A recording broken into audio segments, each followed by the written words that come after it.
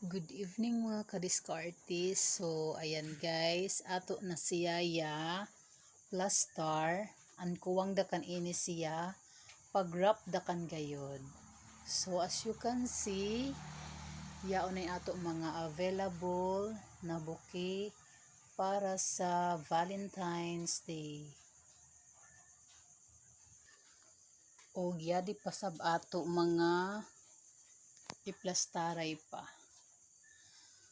So, ini siya satin na rose without dahon. So, yadi siya ato nagibutangan ng dahon. So, yadi ang tulips, amo da kanini ato available. Pero yan pa ato lahi na color. Og ini dayon sab siya.